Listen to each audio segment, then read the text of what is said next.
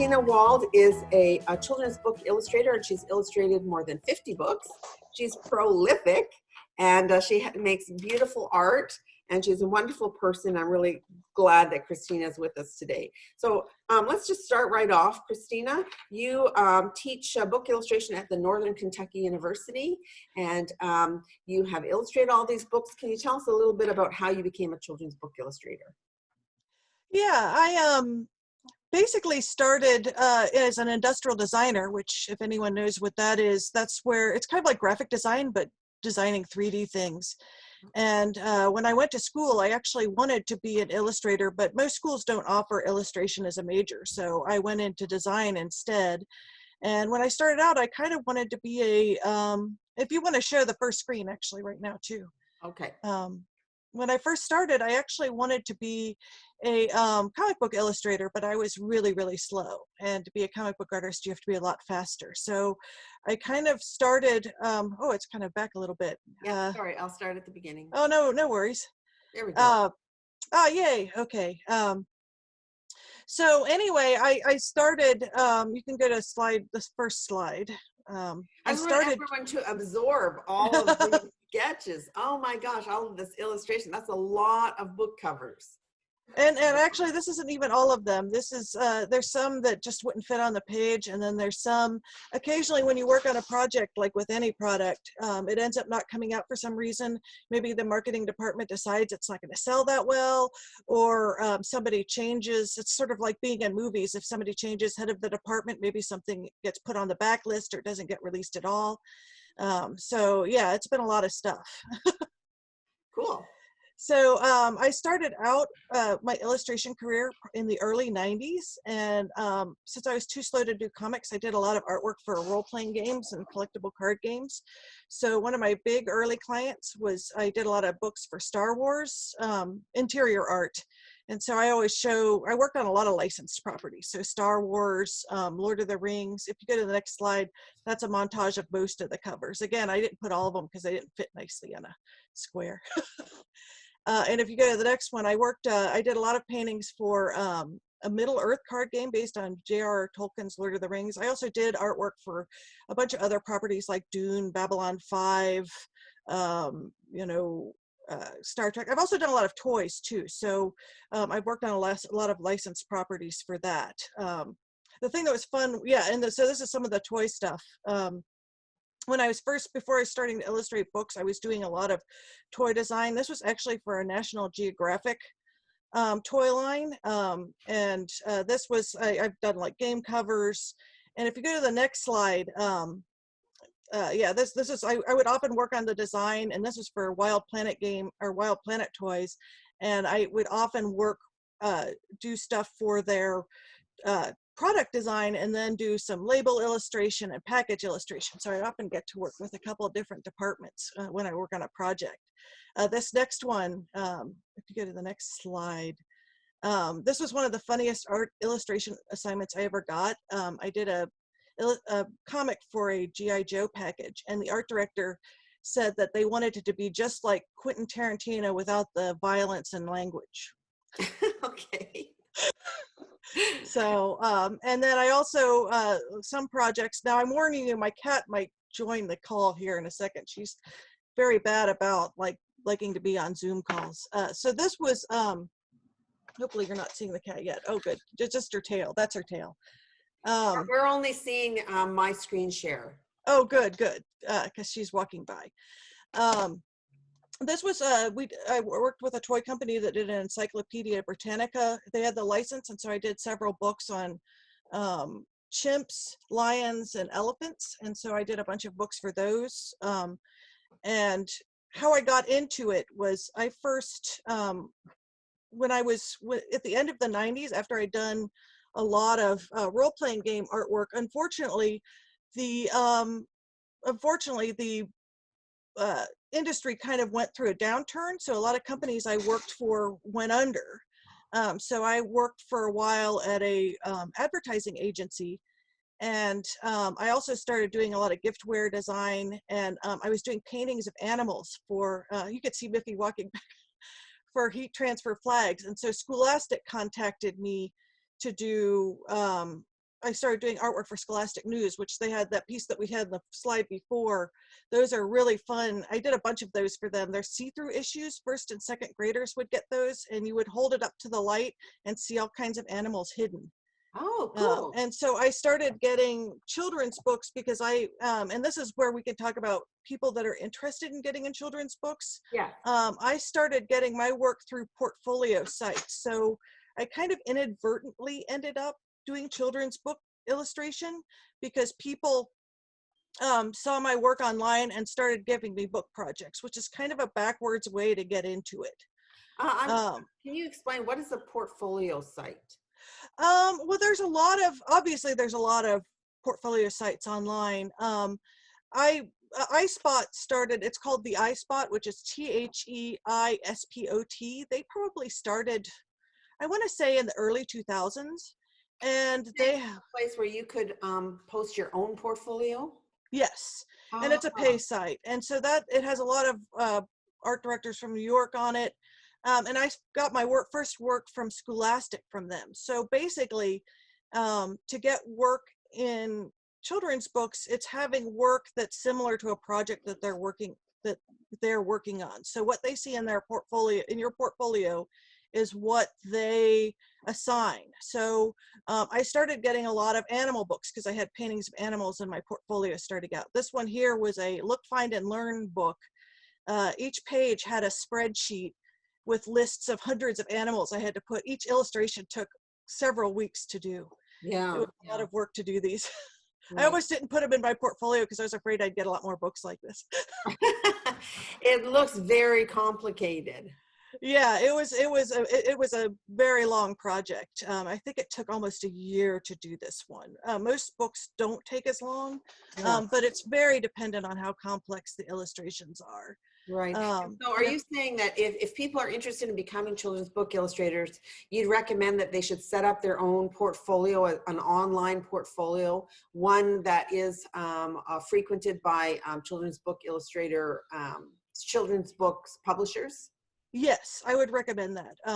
Actually, I'm on childrensillustrators.com, and that also is it's a British site, and I've gotten a lot of children's book work from there too, from a lot of publishers. So they appear to be using those sites to find artists. Now, a lot of times, it's as simple as you have something in your portfolio that they're working on. For example, if you have a picture of a tiger in your portfolio, you might get a book on cats. Or if you have, if you look on the initial, when people come back and look at the recording, I got a couple of John Deere books because I had to illustrate a flag that had asked for a non-John Deere branded tractor. So they wanted a green non-branded tractor.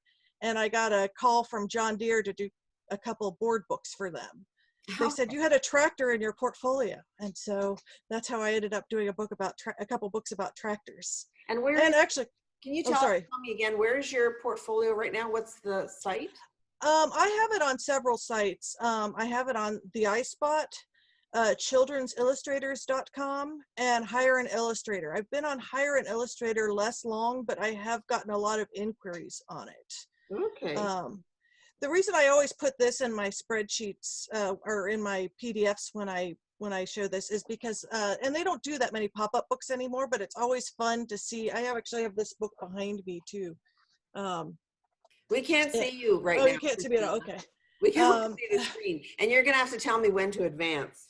Okay, yeah, this pop-up books were super popular like in 2009 or 10, and so I got to do one on big cats. It was a really exciting project. She gave me a choice. I think I had a choice to do a book on cats or on snakes. I picked cats. It was a good decision. I would have picked cats as well. Can you tell us about your process for creating artwork from the initial concept to the finished project? And by the way, people, if you want to ask Christina a question, you can do that. Just go to a Facebook and find my personal profile, Brenda Murray, and send me a private Facebook message, and I'm going to be looking for them. And so if I see a question from you, I'll try to ask it to Christine. So Christine, the question was, can you tell us about your process for creating the artwork from start to finish? Yes, and we've got a little bit of that here. Usually I get, and I'll talk about a little bit more about non-animal books later in the presentation. For this, a lot of times they give me a manuscript or maybe a description on what they want on each page. This one, since it had pop-ups, I did sketches and they gave them to a paper engineer. So this was the sketch that I sent them. Each book, there was a set of there's a set of 5 of them, and each one had a pop-up of a face in the middle of them. So if you go to the next screen, this is so that was a sketch I gave them, and this is what the paper engineer gave back. Wow. And so they did a mock-up and they sent it to me, and then they sent me, this is what the dies that you have to paint for. One thing I stress when you're an illustrator, that a lot of people that want to get into illustration, you have to prepare your artwork in a certain way for your publisher. So if you go to the next slide, this is what the paintings look like put on the dies. So I know it looks very strange. And if you go to the next page, it shows what the final book looked like. So when you would Wow. open it, and its mouth would open and close when you would, open and close the book. Wow, you have to really be able to think in a 3D kind of way. And in a way, this particular book was fun because it really linked into my experience as a toy designer and an industrial designer. So I could arrange things, think 3D and think about how this would go together. There's also a cheetah in the book too. When my screen is, when you can see me again, I'll show. That's really cute. Wow, I wish they so do. cool. Yeah, I wish they do more of these. I think these came out, Dragonology was super popular, and so everybody was doing pop-up books. And so, unfortunately, I think because of the cost, they aren't doing them as much anymore. So I haven't done one since, unfortunately. Okay. And are these digital art that you're doing straight onto a digital tablet? Actually, everything's a combination. I'm doing more and more digital, although the most recent book I did was watercolor, but they all have to be scanned in and prepared for the publisher. So I never send a publisher original art anymore. Okay, cool. Should I go Yeah, to the next slide? yeah, please do. So a lot of books that I do are animal books. So I've started, and it kind of feeds my travel passion, because a lot of times I'll travel and take pictures of the animals. For example, I did a book, I don't have pictures in this slideshow, on red bats back in 2010. And it was, they had, I'd never seen a red bat before, so I got to visit bat rescuers and take pictures and video. This was for a book for the Rocky Mountain Elk Foundation and the U.S. Forest Service. And so I went to Montana and met with the elk team. I keep getting these books. I live in Ohio, so I keep getting these books that are sort of West Coast oriented. This one was in Montana. I got to take pictures of elk in the wild, and also they set me up with someone in Kentucky and where they're reintroducing elk, and so I took lots of reference photos for the book. And if you go to the next page, this was the wildlife of elk. Actually, it's still available. We just saw it this year at the gift shop at the Grand Tetons, so you can still see these books. This came out in 2012. Cool. So a lot of my animal books that I have, I'll actually do research and take photos of them if I can. I also go to our zoo a lot to take pictures and to sketch animals and that sort of thing. If you go to the next page, you can kind of see some of the art. This book was really fun because you were asking how I do the art. And for this one, because we kind of did it in a scrapbook style, I talked the art director into I made a lot of work for the art director because each spread was different, and we did a bunch of different art styles. I kind of made it like a comic, and also did paintings. When I did all paintings, it made it a little stodgy looking, and we had little cartoon elk, which that was the art director's idea. And I said, oh, no one's gonna like cartoon elk. And then that's what everybody said they liked best about the book. So It's a learning process, right? yes, it is. And let's see the next slide. I also did a book. This is for the same publisher for the American Prairie Reserve, and that was really fun. That I got a message in HuffPost Books, and I've taken a lot of pictures of bison over the years.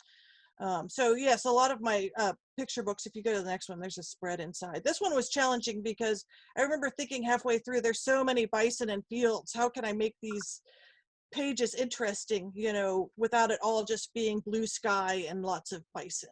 Right. And so it ended up being a really fun book. But you know, a lot of times when you're working on this book, I think was 46. Most books are 32 pages. This one was, I think, 40 some pages. So that's a lot of paintings. This is Yeah. a spread. So that's something to think about for people that want to get into children's books. Is it's a lot of painting.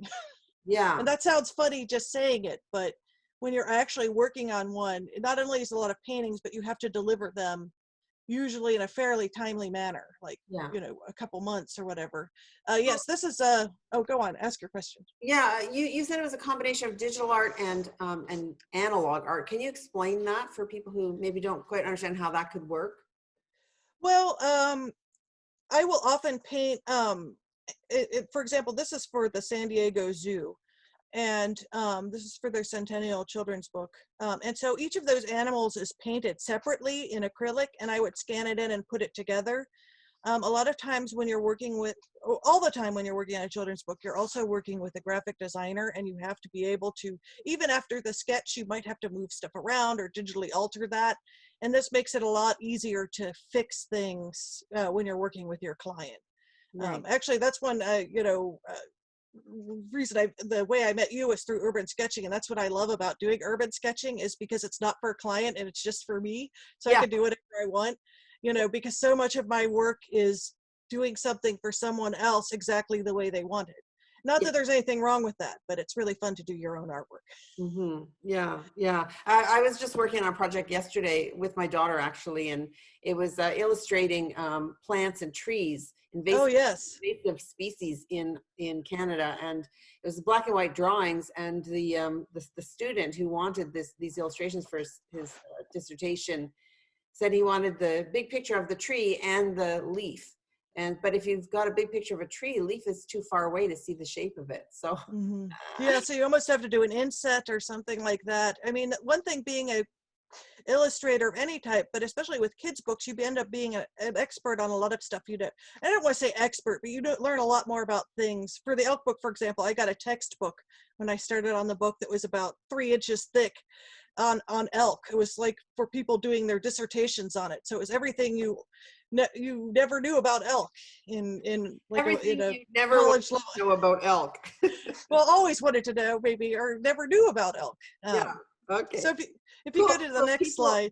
if you have questions, find Brenda Murray on Facebook and send me your question in a private Facebook um, message. And I have a question here already. So Janice wants to know, what software does Christina use for her digital art? Thank you, Janice. I mostly use Photoshop, but I've lately been getting into Procreate. I also use Clip Studio a little bit, but Photoshop really ends up being the industry standard for the final artwork. So my final color correction when I upload a file is done usually in Photoshop. Okay, cool. So And what do so, we have here? well, this, so when I got to do the Centennial book for the San Diego Zoo, I had never been to San Diego before. Again, you know, I live in Ohio, so I flew out and got to meet with the author and meet with the publishing team and the zoo. And I loved this picture because it was, we were talking to the cat keeper, and when we looked out, all of the lion's food was sitting on this table, and it reminded me of your dog wanting to be fed. It knew its dinner was in there, Oh, and so it was looking like your cat or dog does when it's ready for dinner. and I but thought it was adorable. yeah, you got to hope that that window is really secure. Well, they said that this lion actually didn't like to be out outside. Like they have this beautiful large outdoor enclosure for the lions, and they said that the male lion actually preferred to be inside in the air conditioning, sitting on like a nice blanket.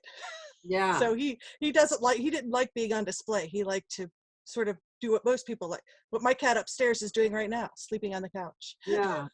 There you But, go. but going to the zoo was really nice because I was able to take a lot of pictures of details of the zoo that I wouldn't have been able to find online, or even if the people at the zoo had sent me stuff. It was really nice walking around.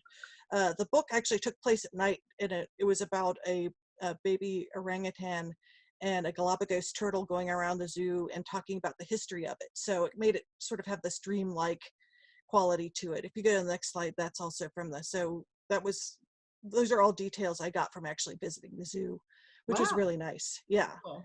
Cool. And so, yeah, that's another one. Cincinnati is really known for Fiona. So this was not Fiona. This was actually a hippopotamus named Puddles, but it was one of their original hippopotamuses. Wow. Hippopotami. Hippopotami, yeah. And so these are just you can scroll through these quickly. These are just different animals and book covers. I've done a lot of different. This was from a 6-book series on animal senses called Sensing Their Prey. And so, like I said, you learn a lot of stuff, even though they're children's books, from these different illustrations. And all of these are paintings. Most of them are acrylic. I've more recently, especially since I've been doing a lot of urban sketching and watercolor, I've been starting to do more of my books in watercolor. And some I do all digitally too, but these are acrylic and then scanned in. So obviously the highlight on the little frog there is done digitally, but the painting is all traditionally done. Right. Yeah, that one makes people's skin crawl. That's also from Sensing Their Prey and showing the hairs. So I end up doing a lot of scientific illustration, but it's not scientific like for a scientific journal. It's more for children to understand. So it's more of a simple description of how things work. Mm-hmm. And you can Cool. kind of, keep scrolling. That was another one from that book. And if we could probably scroll quickly through the next ones. These are just samples. This was from a book called Habitat Spy for Arbordale Books, where they had this is another one with a bunch of different animals. It was really fun to do in different North American habitats. This was, I think, northern Michigan, the pitcher plants and all the different types of birds. Nice. Yeah, so no 2 days are the same. Every day I'm working on different projects. Right now I'm drawing a project that's a lot of cats, horses, and raccoons and outdoor animals, which has been really fun. This is from A Warm Winter Tale. I put this in here. This is actually in the Mazza Museum calendar this year, which the Mazza Museum is a museum of children's book art in Findlay, Ohio. And they recently acquired some of my children's book work for their collection. Wow. That's another from Warm Winter Tale. From Warm Winter Tale. So if you keep scrolling, you can kind of scroll through these. This was from Cold Summer Tale. So this was the companion book to the first one. So I've gotten to draw a lot of different types of animals lately. If you scroll a little bit further, I think to the red. This was Animal Atlas. I did this for Bloomsbury, UK. And this is my only book that's I always hoped to be in The Guardian one day, and this actually had a little article about it in The Guardian. The local newspaper in Cincinnati? The Guardian is in the UK. It's the online site. Oh, right. So it was in one of their, it was their list of summer books. I think it was 2014. So if you scroll to the next slide. I have a question for you. Yeah.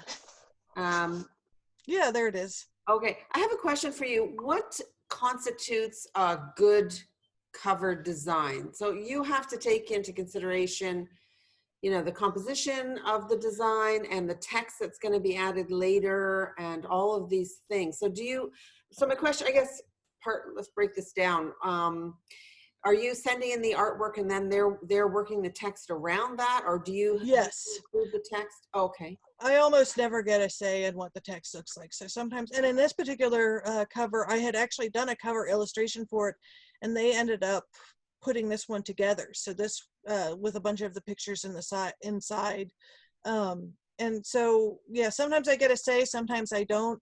Sometimes I'm not happy with the graphic design. It's something I don't really get a say in. I'm not going to say what books I'm not happy with the graphic design on. Sometimes you're not happy with how they did it. Sometimes you're like, why did they do that with the type? I'm not a type expert, and obviously the designer is another artist that you're working with. Right. And sometimes it's a marketing decision. But so this was in one of the Guardian's best children's books of summer 2014, which the author. When you're doing a cover design, do you have to sort of just leave space for the text and assume that they're going to put the text in there, or do they have to work around your?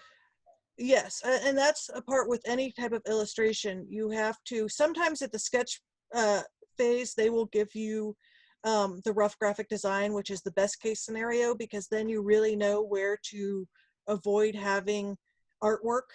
Sometimes in the book itself, they'll alter type or alter to fit. You know, sometimes I'll get upset if they like run type over the illustration in a bad way. Yeah. I try to allow for it, but sometimes, you know, you're not part of that decision a lot of times. Right. Right. And actually for authors, and this might be a good segue into, if you scroll past to, I think it's a red binder. Yeah, that was Andy's. Oh, this is a book. I did a 6-book series on birds, and that was a book on snow geese. And Wow. this was this was supposed to be all the snow geese taking off. And so this is a combination of digital and all the birds are painted, but sort of it layered in, Right. Right. Yeah. which makes it a lot easier on an illustration like this. Oh, yeah. Cool. So a lot of people ask how the process starts. And it really depends what kind of book it is. I almost always get a manuscript starting out. If it's a more informational book, they usually give me a PDF or a Word document, and sometimes it's divided into pages. Sometimes that's left up to me with the character stuff, which we're going to talk about character design and stuff here next. With character stuff, they often will give me, you know, a little leeway over how the pages are divided. And so like for this one, this was for Cash Cat, and I did a bunch of sketches of the characters. And if you go to the next slide, you know, this is Graham Hatter. And so I gave her all sorts of different hats, and they make origami hats all through the book. So it was sort of a mixture of I made it sort of a mixture between comic and picture book. This was for Arbordale. Yeah. If you go to the next one, then I did some color studies. This is the final design that I agreed on with the editor. Right. And then the next page, I did some color studies, and then a color study of the little girl. This was done in acrylic and then scanned in and dealt Really? with digitally. Yeah, so Wow. this is acrylic. My acrylic painting is very gouache-like. Yeah. It almost looks digital, really. Yeah, I use a lot of opaque white in my paint rather than water, and so it ends up giving my acrylic paintings a very gouache-like appearance. Although I don't like to paint with gouache because I find gouache is too easily damaged. I Okay. find it more easily damageable, and other artists might comment on this. I have a lot of friends that use gouache. Maybe there's tricks to it I don't understand, but I find that I have to work with, if I work with traditional materials, they have to be able to put up with like me spilling drinks on them and cats walking on them. Yes. And gouache, you almost have to be careful not even to let your hand touch it. This was the little girl in then I think the next page is showing the process of the cover sketches. I often will give people 5 or 6 cover options, and you can see how there's a lot of room left for the type. Right. And then the next one is all the sketches. I do all the sketches and send them to the client. So this is a picture of all the sketches for this book, which this is a book about counting money. So, you know, she's trying to get enough money to buy an ice cream cone. It's a really cute book. That would be a really good book because, you know, kids have to learn how to count their coins, right? And so Yeah. we have a question here from the ever wonderful, very talented and lovely Stephanie Bauer from Seattle. She's listening, and she asks, can you ask what kind of paper do you paint on? It depends what medium I'm using. For acrylic, I almost always use about 3 or 4 ply Bristol vellum texture. I used to paint on illustration board, but I don't anymore because of storage. When you've done as much artwork for books as I have, and I know a lot of artists can relate to this, when you have stacks and stacks of illustration board, it starts to get hard to store it. So, and then for watercolor, I will run regular watercolor paper through my inkjet printer with the sketch on it and paint on it. Cool. So this is a collage. I did a book that was an adaptation of Black Beauty a few years ago, and a friend of mine had a horse, and she taught me a lot about tack and how people get on horses, and so I took pictures of her and her horse. I've done books on herons, cats. The picture of the little Snow leopard at the bottom was at the Bronx Zoo. I was taking pictures, and he was sitting there gnawing on his tail while watching toddlers that were. So I think he was getting very frustrated. Snow leopards are always really fun to watch. And then my cat is there. He was the only house cat that was in Big Cats. A lot of my times, my pets end up in my books.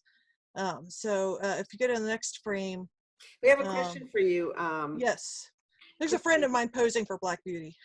Oh, wow, it looks like a theater actor. I know. I often will have Black Beauty was challenging because there's so many people in it, and so I had a lot of friends posing for the illustrations. Oh, that's cool. They can see themselves. I Yeah. have a question for you from Jean, and Jean Edwards, and her question Yes. is the Hi, lovely Jean. Jean Edwards from the UK, and she says, "Do you have or have you ever felt like writing your own book to illustrate?" Yes, I have started writing some of my own books, and I'm just starting to send them out. A lot of times, as an author illustrator, you have to uh, have a couple color samples. There's a couple final pieces from Cash Cat. Even for this, I'll often use myself as a hand model or something like this, or get somebody to pose just for the rough pose. Yeah. This is the final frame for Cash Cat, which was really cute. And what's the next frame? I can't. Oh yes, this is the book that's coming out this summer for the San Diego Zoo. It's San Diego Zoo Global, so it will be available everywhere. And it's about pangolins. And so this is all done in watercolor and then put together digitally. Really? And so that's what I was talking about. Where it was funny because the art director said, "This is the best watercolor brush I've ever seen," because she thought it was all digital. And I said, "Yeah, that's because it is watercolor." So sometimes, it helps to go old school, but still you have to kind of adapt to new technology, especially on a project like this where you're coordinating type and, how it's going to be printed, and a lot of the complexities for a book you have to think about, like I said, where type's going. And this one, I had the type early on, so we knew where it was going to go on the cover and everything. Right.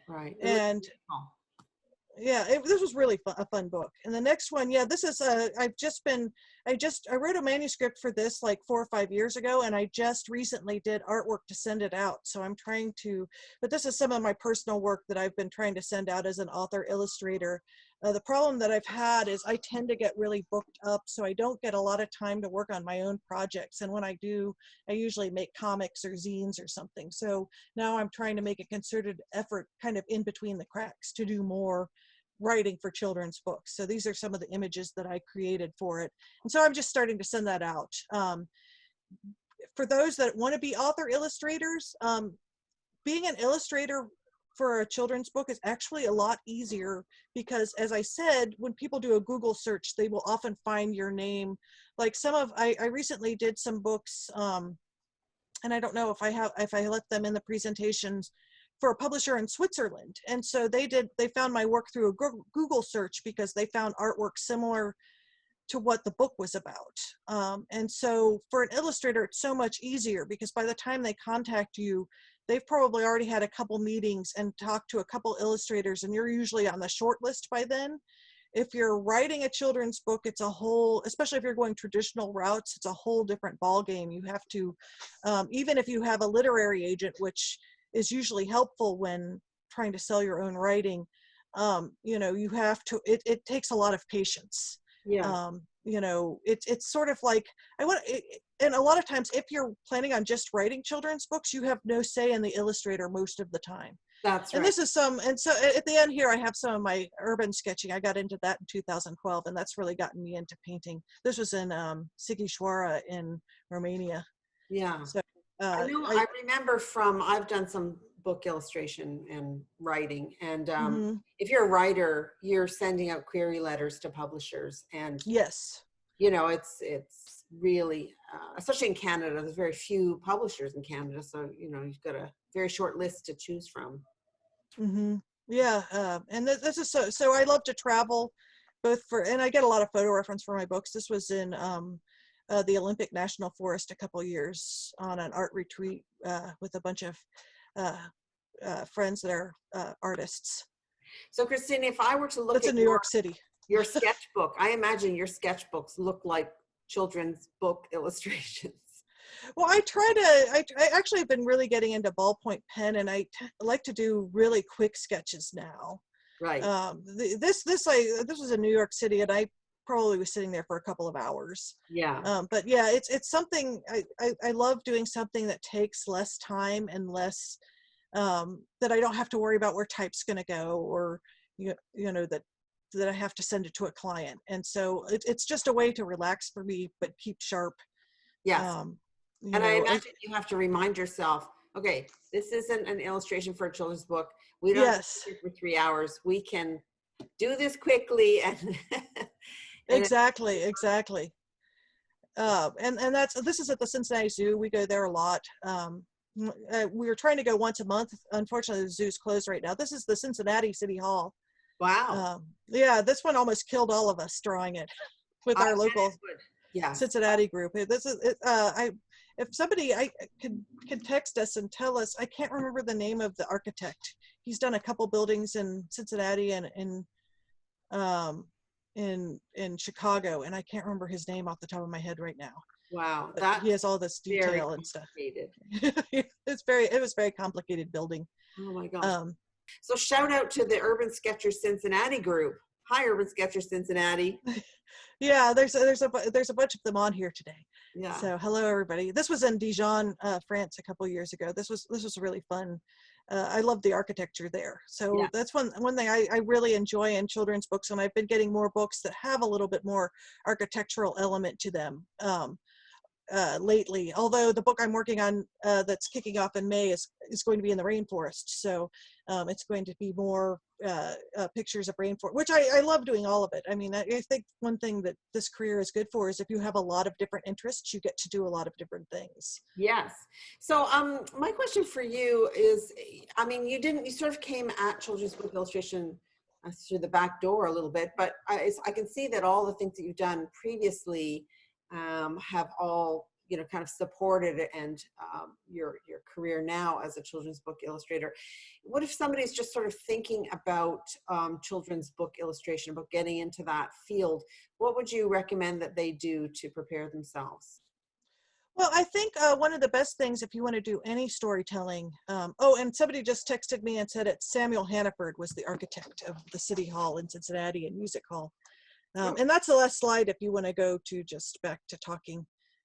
If you want to stop the screen share. Yeah. Yeah, that was from a book called The Little Mango Tree. Right. But I love that picture. And that picture actually is my portfolio piece. It's actually a little different than it was in the book, which is one thing sometimes you do, because they'll make you change something, but you really like the original piece. And so the one in your portfolio is a little different from the one in the book. Right. But if you're wanting to get started, I recommend doing some sequential paintings. Think about a story. If you have trouble writing, you may want to say take a fairy tale and adapt it yourself, and maybe let's say take Little Red Riding Hood or Snow White and divide it up into what would be a normal picture book is a great way to start, and start sketching on it. I mean, it's nice to show client sketches as well, so that they can see your storytelling ability. I mean, and then maybe do a sequence of say 4 spreads or something like that, so people can see. I actually just saw a talk from an art director recently, and they said that they like to see that their illustrators are able to submit work digitally and put things together in a PDF. Now that's a little bit later down the line if you're submitting to publishers. But if you're just wanting to illustrate children's books, I recommend illustrating the type of stuff that you like to do, because a lot of times they find you either on a portfolio site or through a Google search. Now, more than ever, I get people saying they found me on a Google search because they did a search on whatever animal they were looking for, and then they found some artists that way.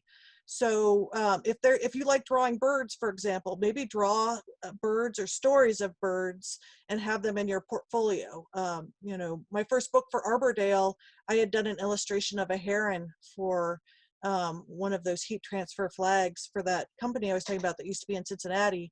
Mm-hmm. And so I got a book called Henry the Impatient Heron, about herons.